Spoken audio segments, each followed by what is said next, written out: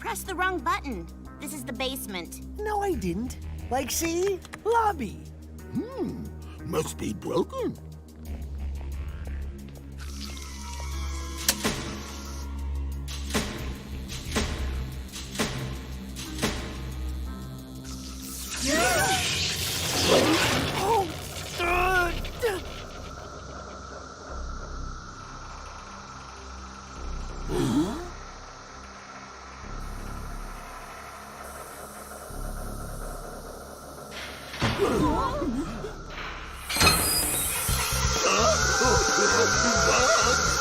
Cease your useless investigations, or something terrible will happen to you tomorrow night.